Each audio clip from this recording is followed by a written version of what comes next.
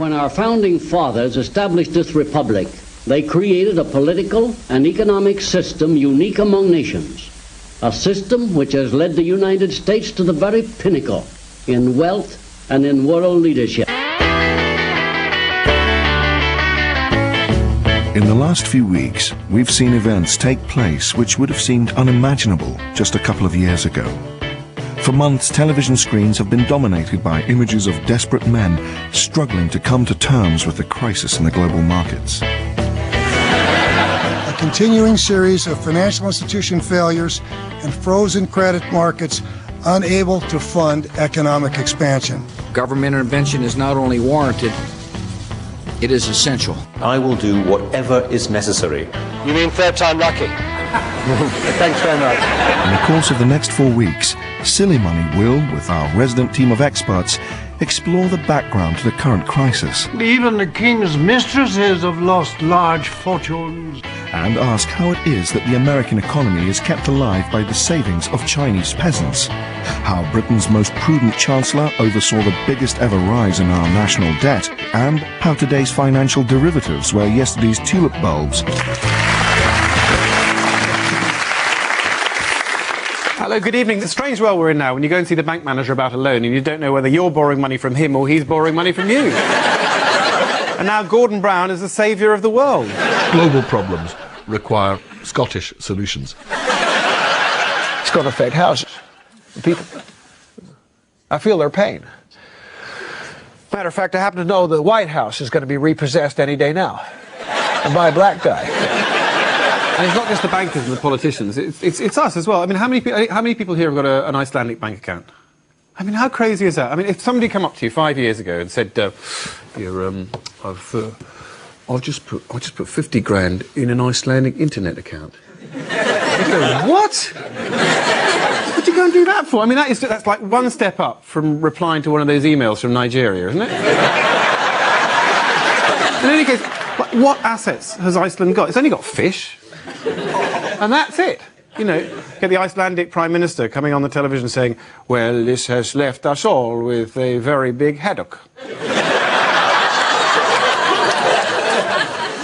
It's like the new Cod War is happening now, isn't it? I mean, actually, there's a little bit of the wartime spirit about it. A few weeks ago, Gordon Brown went over to meet the European leaders, and he made the first mistake of a British Prime Minister, trusted the German Chancellor. Came back, I have in my hand a piece of paper. A coordinated international response in our time. The next day, the Germans do what they always do, take over the Czechs. We shall defend our financial system, whatever the cost may be. We shall guarantee deposits on the beaches. We shall provide liquidity on the lending grounds. We shall never surrender. And there was that great thing a couple of weeks ago when they all coordinated the interest rates together, you know, all throughout Europe, and suddenly it was like the Eurovision Song Contest. You know, good evening, Frankfurt. Good evening, guten Abend, Frankfurt. Please, could we have the results of your monetary policy committee? Hello, London. Good evening, London. Our interest rate is 3.75%. Thank you very much. Okay, now Iceland. Good evening, Reykjavik. Come in, Reykjavik. Even the church has got involved, with the Archbishop of Canterbury criticising the hedge funds for short-selling bank shares. There are frequent references to banking in the Bible, not all of them complimentary. In the beginning, God created the world. The light part he called triple A. The dark part he called subprime. And on the eighth day, God created the derivatives market. The trouble with all this is it's very difficult to understand, even for the people who work in it. Back in 2006, the head of the Mortgage Bankers Association was questioned about the rise in subprime debts. He said, as we can clearly see, no seismic financial occurrence is about to overwhelm the United States economy. Even better was Lehman's head of quantitative equity strategies, who said, events that models only predicted would happen once in 10,000 years happened every day for 3 days. Turns out their models were called Tracy and Lynette and specialised in lingerie. So who knows anything? Well, there's always Peter Baring, chairman of Baring's Bank, who told one of the directors of the Bank of England that it was, quote, not actually terribly difficult to make money in the securities business. That was in 1993. Just over a year later, the bank went bust with losses of £862 million. Gosh, £862 million. I'm lucky if I don't spend that in a day. It doesn't seem a lot when last month alone the government gave the banks almost £500 billion, which just goes to show that in the banks business it's not actually terribly difficult to lose money either. But it's interesting that the two people whose words are most useful in this context are George Bush. There's no question about it. Wall Street got drunk. One reason I should turn off the TV cameras. He got drunk and now he's got a hangover. And the other piece of useful advice comes from our old friend Donald Rumsfeld. There are things we know that we know. There are known unknowns. That is to say, there are things that we now know we don't know. But there are also unknown unknowns. There are things we do not know we don't know. So when we do the best we can, and we pull all this information together, and we then say, well, that's basically what we see as the situation. That is really only the known knowns and the known unknowns.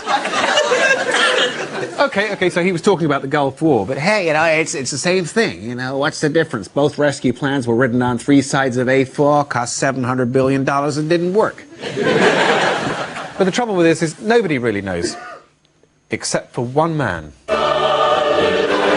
Shares rallied around the world today following the British government's decision to take the BBC's business editor, Robert Peston, into public ownership. That's the thing, if you want to know when this crisis is over, it'll be when Robert Peston decides to go on holiday. He never stops, constantly on telly, constantly breaking exclusives. I mean, this is like his Watergate. I reckon he must have a secret source, like Deep Throat, that he has to meet late at night in the underground car park below Downing Street. Hello, Robert. One thing we do know, or think we know, is we've been here before. There must be an end to speculation with other people's money. And while there has been irresponsibility, we must now say clearly, there must be a strict supervision of all banking and credit and investments. And we must now build that new global financial order. And there must be provision for an adequate but sound currency. The City of London. Time was when the city occupied an area known as the Square Mile.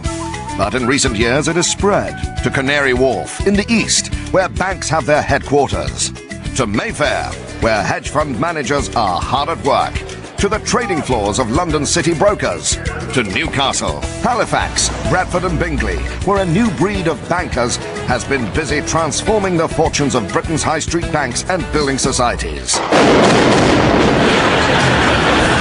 They don't make clothes or electrical goods or furniture. These people produce the one thing we all need more than anything else: money. I think what you have to remember is that this is a sector of the economy that provides 10% of our GDP, over 3% of our jobs, and causes over 95% of our problems. Against that, let's not forget the role that this banking crisis has played in my own personal success.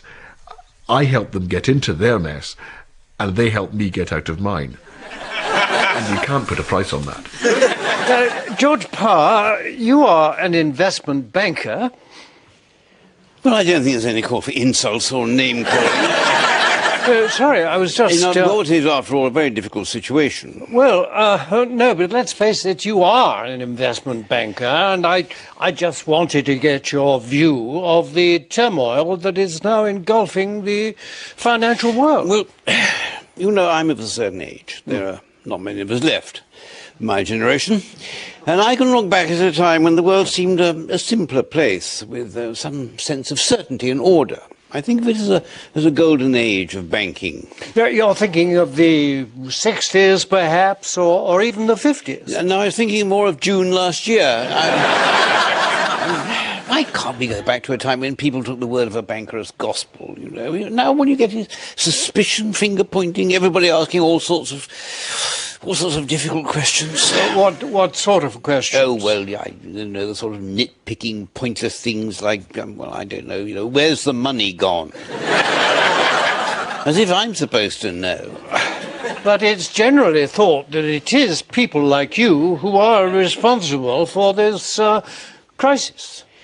Yes, well, I think that's broadly true, yes. Yes, we've given far too much credit, we've been paid far too much, and we've been stupidly greedy.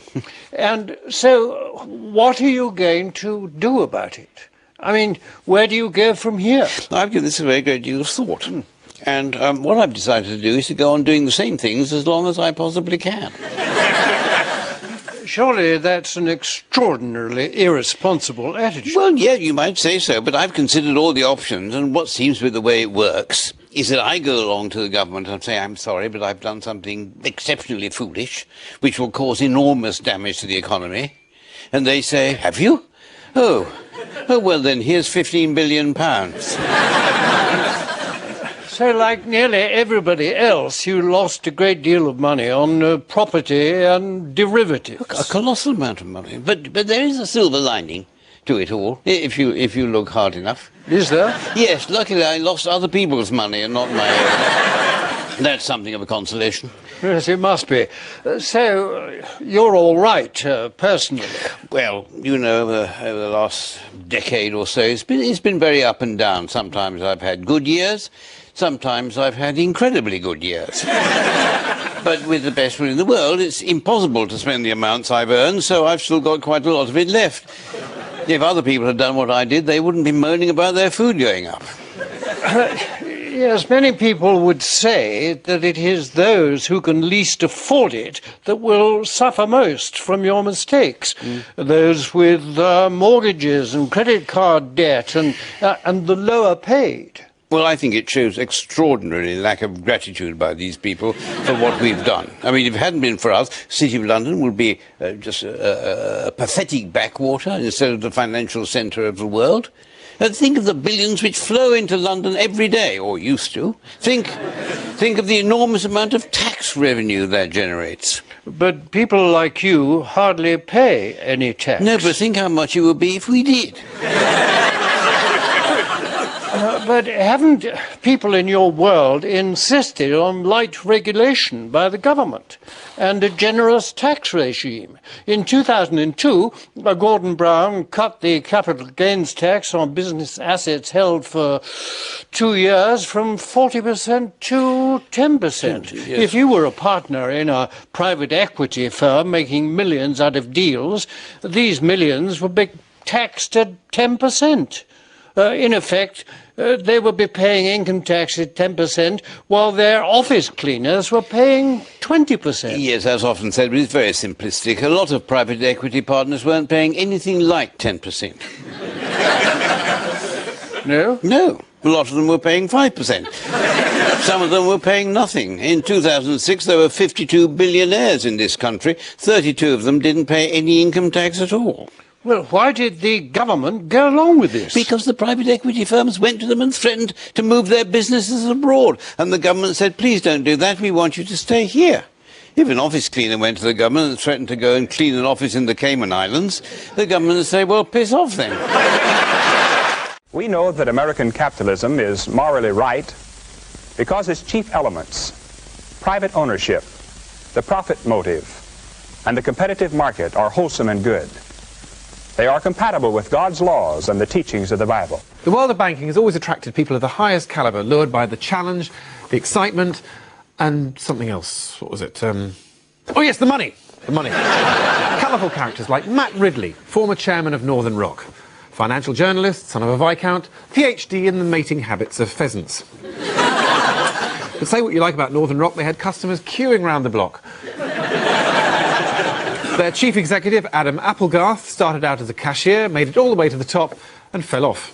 Hardly surprising, given that he'd said that as a cashier he was particularly inept and couldn't get the till to balance. These people don't come cheap, and they certainly don't go cheap. Most people who leave their jobs in a hurry are lucky if they manage to grab a couple of pens and the office stapler on the way out.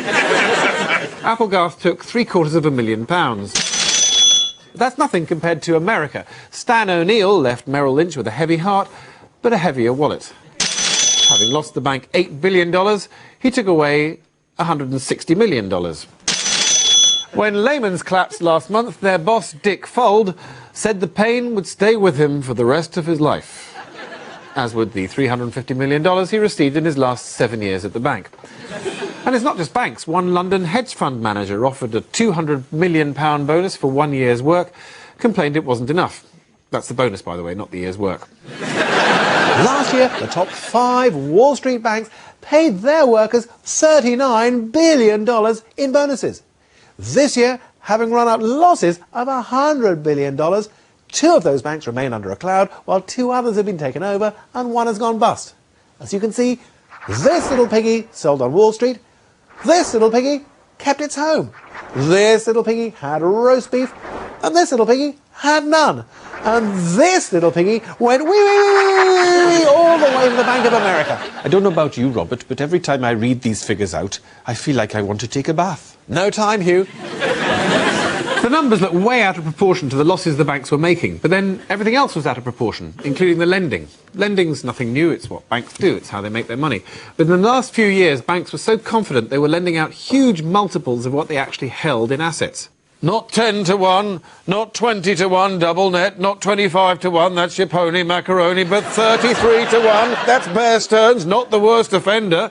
Merrill Lynch out to lunch, 40 to 1, quadruple net, $40 lent for every dollar in the bank. Call yourself a banker. Banking is now so close to gambling that several city firms even have a bookmaking subsidiary. While on one floor, brokers deal in interest rates and currencies, on the next floor, traders take bets on anything from share prices to the aggregate of the goal scorers' shirt numbers in the FA Cup final. I wonder, though, if you could explain some of the technical terms that apply to these transactions. Would you do that for the ladies and gentlemen? Hit me. OK. What do they mean by issuing debt? Borrowing money. Right. Raising cash? Borrowing money. Leveraging? Borrowing a lot of money. OK. Gearing? Borrowing as much money as possible. I'm beginning to get the picture. Interbank lending. Banks borrowing money from other banks. OK. Funding. Lending money. Aha! Got you. And how do they do that? By borrowing money from other banks. I don't know what I'd do without you, I really don't. Can you go in close on Mr. Peston there? Right in. There's your licence fee, folks, right there. So where's all the money gone? Well, the truth is, Hugh, in many cases, it was lent out as soon as it came in. In fact, if you take a case like Iceland, what it was doing was essentially sucking in deposits from individual customers, from charities, from councils, and using that money as collateral to lend out astronomical sums of money. So much so that when it all goes belly up, they're liable for more than the GDP of the entire country. Golly. Indeed. As I said, Hugh, it's high-grade professional gambling. But it wasn't meant to be like this. I've checked, and I'm happy to tell you that we can grant you that mortgage. But first, I must cross-check all the figures you've given me very carefully to confirm you are a safe risk, and that might take several weeks. Hang about, what's the time? Crikey, I must close for lunch. Fancy a pint? I'm cross-collateralized on 90-day defaults, unwound on short sells, and looking at a dead cat bounce on AAAs. Listen, text me how much you want, and bung us 5k as commission. Got a dash. Corporate training away day, and I'm organising the paintball. But so-called gentlemanly capitalism was too good to last, and in the 70s came the development of derivatives. They'd been around for centuries, but took off in Chicago in the 1890s when farmers, worried about getting a good price for next year's crop, could agree a figure in advance with a willing broker, a bit like placing a bet. They'd say, I bet you my wheat's worth $20 next summer. And the other guy might say, OK, I'll agree to buy it at $20, gambling that by next year the price would have gone up and he'd get his wheat cheaply and pocket the difference. If the following year the price fell below 20, he'd still have to pay $20 and the farmer would have protected his losses, hedged his bets in other words. Applied to farming, derivatives made sense, but in the 1970s they began to be applied to everything from the price of cars to stock market levels, interest rates, currency values, you name it. Anything from financial futures to the number of twins to be born in Nebraska in 2020. That was according to Warren Buffett, the doyen of investors, who described them as financial weapons of mass destruction. But these ones actually exist. By 2003, the annual trade in derivatives was worth $85 trillion, at a time when the global economy was worth only $49 trillion. It meant speculation could easily get out of hand in a way it never had before. Mr. Parr, I give you greeting. You are lately arrived from the provinces, unless I miss my mark. I am. So, this is one of your famous London coffee houses. Indeed, they are the rage of the town. Well, all I can say is this isn't my idea of a skinny latte. We have far superior in Bath. May I inquire what brings you to the capital? There has reached us the striking intelligence of gain, and I am come to hazard all on the securing of a great fortune. Ah, you have got wind of the golden opportunities afforded by our South Sea bubble. I have, sir, and wish to know how to go about getting a share of it. Oh, sir, the whole town is agog for that very intent. The very dregs of society can now afford fine carriages, a new wig for every day, as much wine as they can put away, and some of them spanking estates as far in the countryside as Stoke Newington. Even the king's mistresses have joined the throng of buyers. I must emulate them. We have sold the house and the pig, and we intend putting all our fortune into this venture. Get you at once to Change Alley and the offices of the South Sea Company. Brook no interference from the mob that hangs about there. Elbow your way to the front and beat on the door. If fortune smiles on you, a functionary of the company will sally forth and sell you shares. And then what? Nothing. You sit at home and wait for the shares to mount marvellously in value. Was there not a scandal attending the investment in tulips in the Netherlands, but 90 years ago, when many unfortunates lost all they had in the bubble? There was, sir, but this is not the same case at all. What is the difference? Then there were actual tulips. Here, there is nothing but the shares. Actual things are but a hindrance to speculation. It concerns itself with naught but pure finance. It has bought the national debt. But if I'm in debt, I'm sorely troubled by it. And that is just my debt. I would not willingly go out and buy somebody else's, let alone the whole country. If I may say so without offence, sir, that is because you are ignorant of high financial matters. There is the best of all reasons for you to buy these shares. And what, pray, is that? Because everybody else is. The South Sea bubble began in March 1720. By August it had collapsed. You must help me find a sturdy beam. I've lost everything in the bubble. I'm truly sorry for you. I, on the other hand, sold out my shares when they were at their highest. When was that? Oh, about a day before we met in here. But you have one consolation. Do I? I should like to hear it. We have all learnt our lesson. We know that such a thing can never happen again. Now, let me help you. Give me that rope. Oh, very well. Now, I think that beam over there will hold your weight. Interestingly enough, one of the thousands of people who lost a packet in the South Sea bubble was Isaac Newton, which is weird, because, you think the one person who would know that what goes up must come down. At the height of the tulip craze in 1637, one bulb would cost the equivalent of £500,000. Oh, I wonder what you'd pay for a bunch. Lovely thing, the tulip, the old Semper Augustus. What a lovely colour. How many do you want? 4? That's £2 million. Then there was Panama, where speculators from Scotland lost so much money the country went bankrupt and had to be bailed out by England. The Act of Union in 1707 meant that Westminster would be put in charge of irresponsible Scots who ran up huge debts.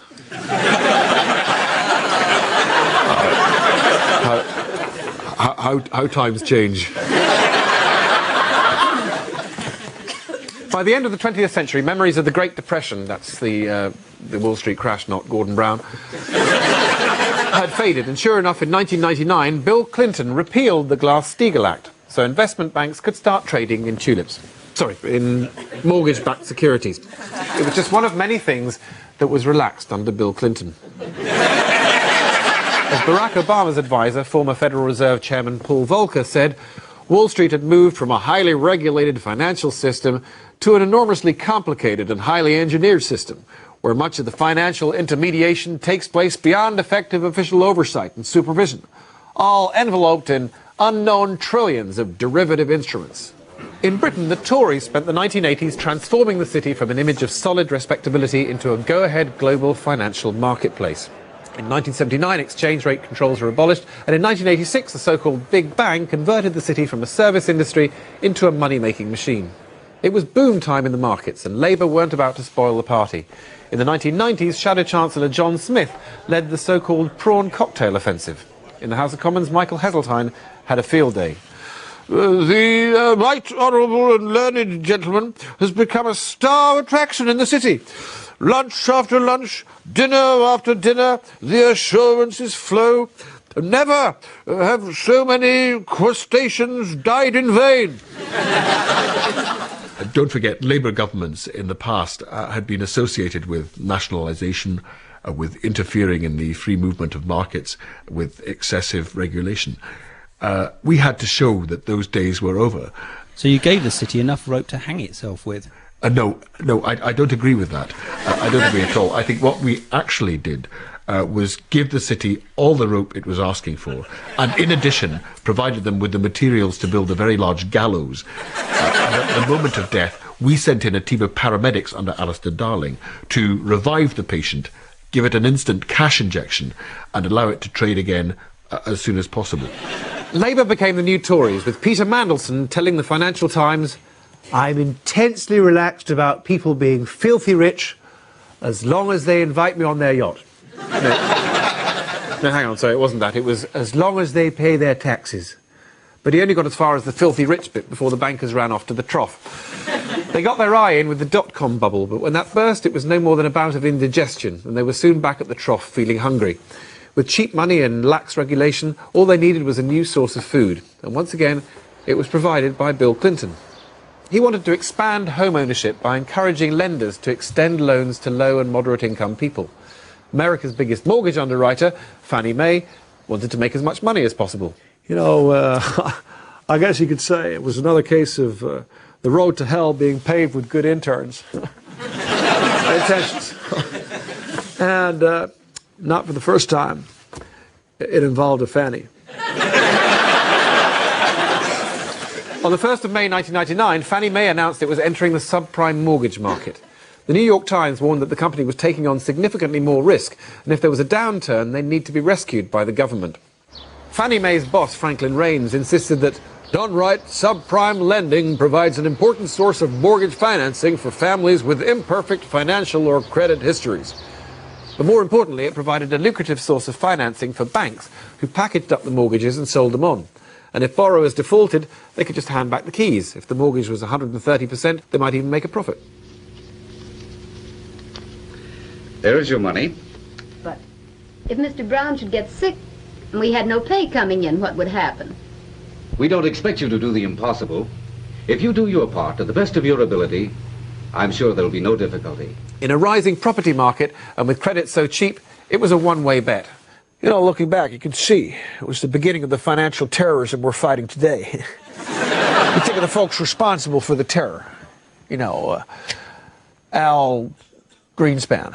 And with all that money looking for a home, and all those bankers looking for profit, you'd have to be a total fool not to realize we were in trouble.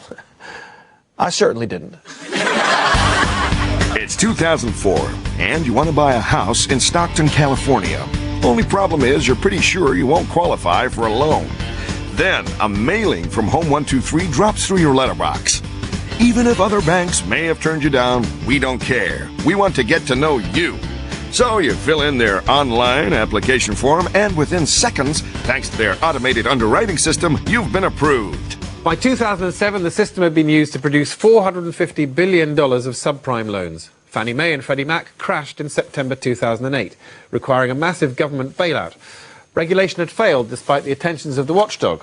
Well, they had 236 employees. Added together, all 236 still earned less than Fannie Mae's boss, Franklin Raines. Back in Britain, Northern Rock was emulating the same model. Instead of funding its loans and mortgages out of its savers' deposits, Northern Rock funded itself by borrowing in the money markets to offer mortgages of up to 125%.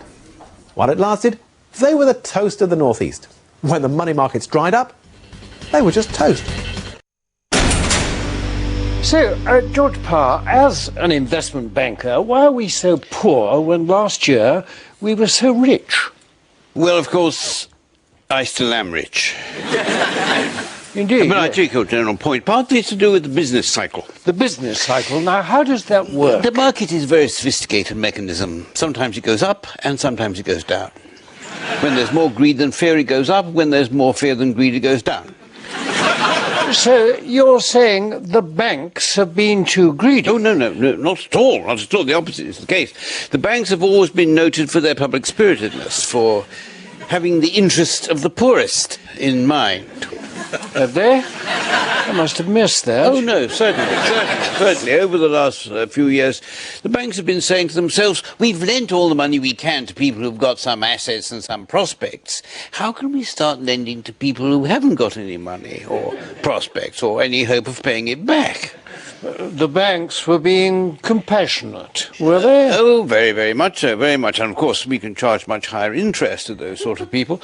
A commercial bank will go to one of their poorest customers, say, I don't know, a single mother who hasn't worked for 5 years, who's constantly going over her credit limit, who's behind on her credit card payments, who can't keep up the mortgage. And then somebody will ring her up and say, how would you like us to lend you the money for a new conservatory? And what does she say? She says she's not sure about it. Why not? Because she lives on the 10th floor of a tower block. But the man at the bank goes on trying. And what you have to remember is these people are really desperate. The people in the tower blocks? No, the people at the bank. They're not paid very well, so they need their sales bonuses to make a decent living. So this woman gets a second mortgage. But isn't that terribly risky for the bank? Well, you'd think so, wouldn't you?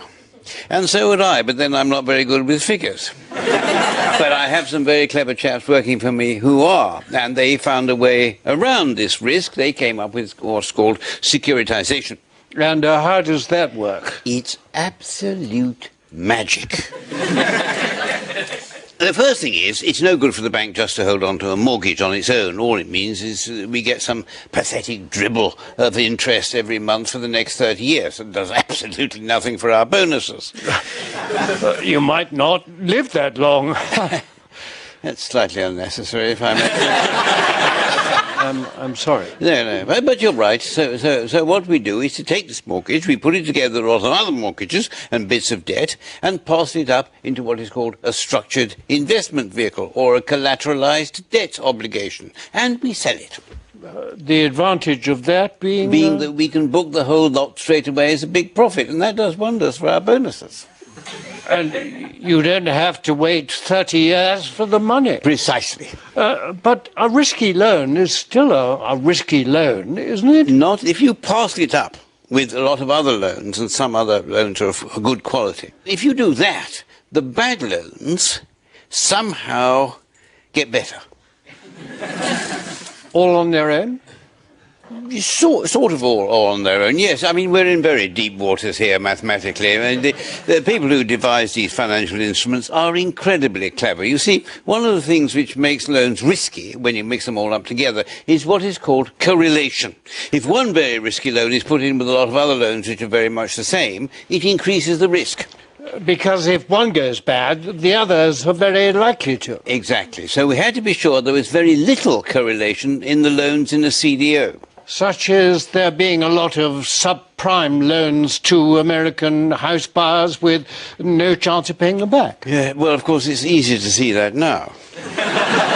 But everybody in the market had confidence in it. Absolutely. Well, let me put it another way. Not everybody in the market had confidence in it. In fact, nobody did. The key thing is we all behaved as if we did. Didn't it worry you that you didn't understand these things, these CDOs, or the formulas? Of course it didn't. In fact, it would have worried me if I had. Because if I could understand it, anybody could. Not just the quantification experts who worked for me. And if anybody could, then anybody could make billions like me. And where would that leave us all? So the point is you believed in these things. I believed in them. And more important, I believed that everybody else believed in them. I mean, it's like religious faith. You don't believe in the existence of God because it's obvious. You believe in it because it's mysterious. It passes our understanding. Certainly these things passeth my understanding. In fact, it hurteth my mind just thinking about it. Wouldn't it be better if there were some independent agencies which could help just set the price of these very complicated financial instruments?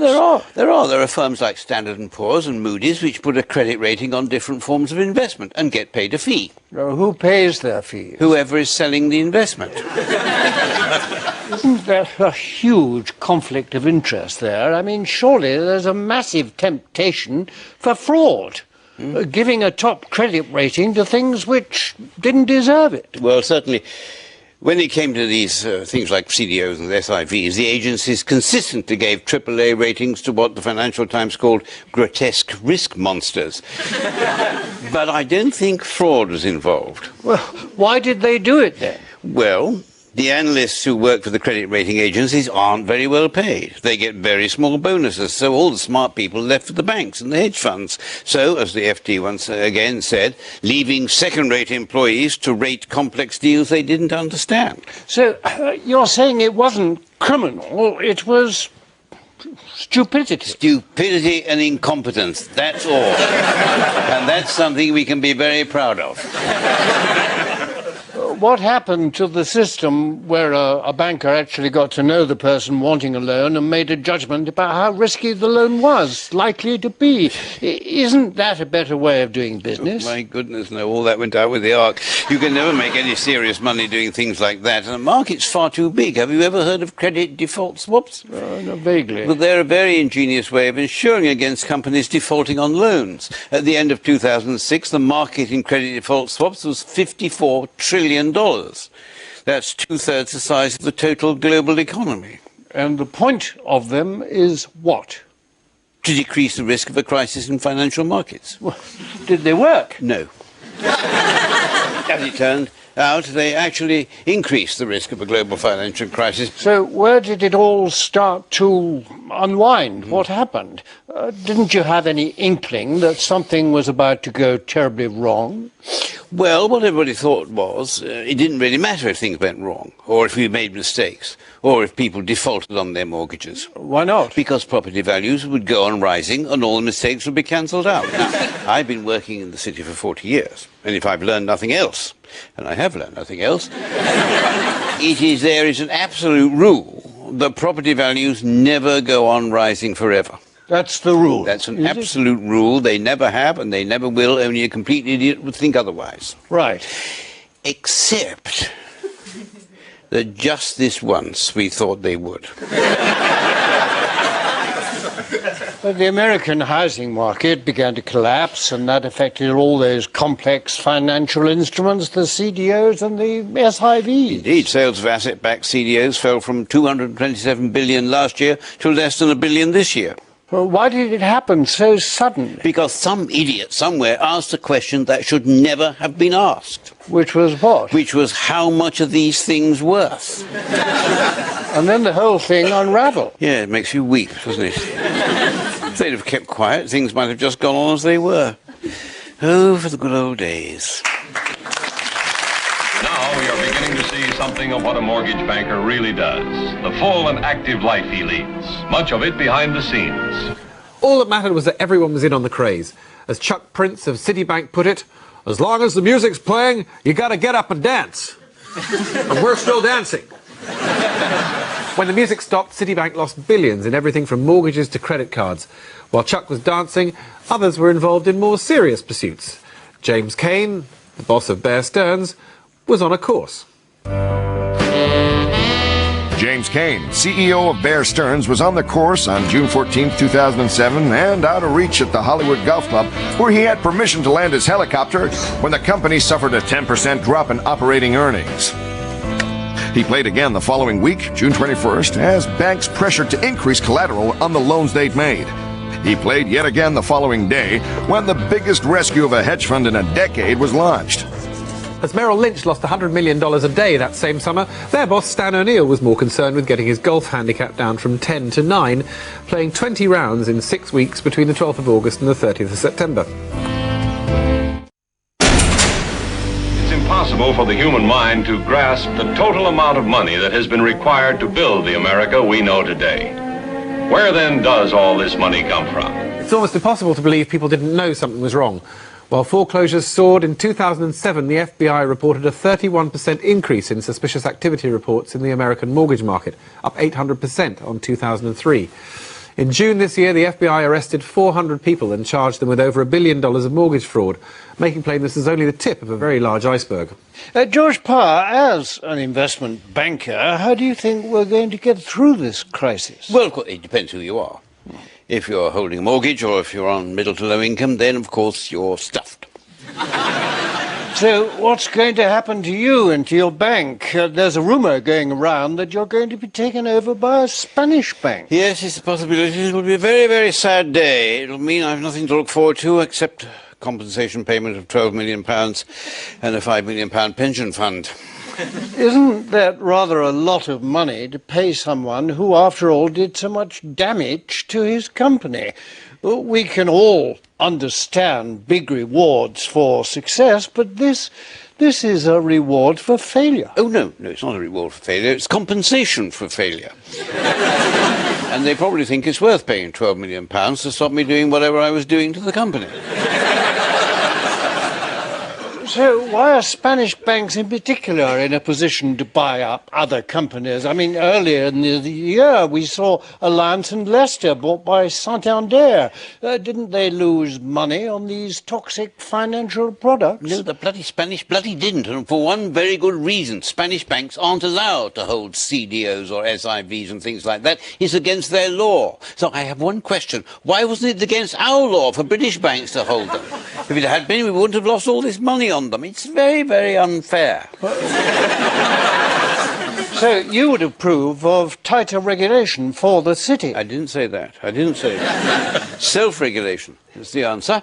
You mean there'll be no more investment in CDOs and SIVs? Absolutely. We wouldn't touch them with a barge bowl today. Although there are some new things coming into the city which everybody's getting very enthusiastic about. You're not serious. What things? They're called remixes. Remix? Yes, I'm not making this up. Re-securitizations of real estate mortgage investment conduits. It's where you take a lot of mortgages, you chop them up, you put them into bonds and mix up the bonds and trade them. You see, over $9.3 billion worth of remixes were created this year. But they sound just the same as CDOs. Oh, no, they're completely different. Well, actually, they're nearly the same, but there are crucial differences. The mortgages won't be ones sold to people with no income. Well, that's a relief. Just to people who can't prove their income. Well, I'm sorry, it sounds as though you haven't learned any lessons at all. It sounds as though the whole merry-go-round will start again with people in the city and on Wall Street thinking they're going to make money out of nothing. Not at all, no. We know there's absolute rule in the city that you can't make money out of nothing. Never? Never, ever. Only a complete idiot would think otherwise. Except? Except just this once. We think we might. Now we're getting to the point that is news. As realisation grew that subprime lending had left a huge hole in the bank's balance sheets, fear took over from greed and banks stopped lending to each other. As the crisis mounted and credit dried up, governments were left with the choice to let banks face the consequences of their actions or give them a lifeline. Northern Rock was a particularly difficult case because we had an election coming up, at least we thought we did. That's now been postponed in the best interests of the country and the British people. But I think that as we saw with Lehman's this year, if you let a bank go to the wall, there is a knock-on effect as the losses spread throughout the system. So instead of letting banks go to the wall, we're letting them go to a hole in the wall where they can take out more money and use it to keep trading. But still, no one knows the extent of the damage. Announcing the American bailout in September, an American Treasury spokeswoman said the $700 billion figure wasn't based on any particular data point. We just wanted a really big number. Even when Gordon Brown announced his plans to give British banks a huge injection, they still wouldn't lend to each other. As the party ended, the bills came in. In 9 months, nearly $500 billion were wiped off the combined stock market value of the top 10 American investment banks. But where there's a crisis, there's an opportunity. Distressed real estate funds sprang up to take advantage of foreclosures in Florida, Nevada and Southern California. In Britain, spread bet bookies Capital Spreads cheerfully announced that spread bettors who placed a bet on Northern Rock's share price falling from £6.40 could have made a tax-free profit of £540 if they subsequently closed their position at 100 pence. And there were hedge fund managers too who predicted it would end in tears and placed huge bets accordingly. O'Day Asset Management bet on bank shares falling and made £55 million, including £28 million for their boss. Convinced the subprime bubble would burst, American billionaire John Paulson opened what he called the Paulson Credit Opportunities Fund in June 2006 and made a reported $15 billion, with over $3 billion for him personally. That's weird, isn't it? We all say, why didn't anyone see this happening? And when someone did see it happening and made $3 billion out of it, you go, you bastard! But for Gordon Brown, who spent the summer being short-sold by his colleagues, it was a lifeline. There is one consolation, because we in Britain are uniquely placed. In fact, only last month the OECD said that Britain is in a unique position of being the only one of the Western economies to go into recession this quarter, ahead of France, ahead of Germany, ahead of Italy, and able to take advantage of all the benefits of recession, like lower pound, cheaper exports, and of course fewer estate agents. So tonight, the average British taxpayer can go to bed knowing that they have a share in 4 high street banks, that they sponsor the Williams Formula One motor racing team, that they have a controlling share in Zara Phillips, Andy Murray and Sir Jackie Stewart. And that is some comfort at a time when they owe £26,000 each on their mortgage, £5,000 each on their credit card, and £10,000 as their share of Britain's national debt. So please, don't have nightmares. We will be the rock of stability, and events like this only happen every 10,000 years, by which time we'll have a Conservative government, and you'll have someone else to blame. Good night. Good night. The truth about the distribution of wealth under American capitalism makes Karl Marx the world's worst prophet. Marx, the socialist founder of communism, prophesied that under capitalism, wealth would be concentrated in the hands of fewer and fewer, while the great majority of people would suffer increasing poverty. The fact is that American capitalism has set a new standard for human welfare. And if we keep its basic principles strong and vigorous in the years ahead, the opportunity of every American for a still better living standard will certainly be enhanced. And perhaps even the disciples of socialism and communism will come out of their shadowy pipe dreams and join us in our march of human progress. Next week on Silly Money, where does all the money come from? And what happens if it stops? Join us next week for The China Syndrome.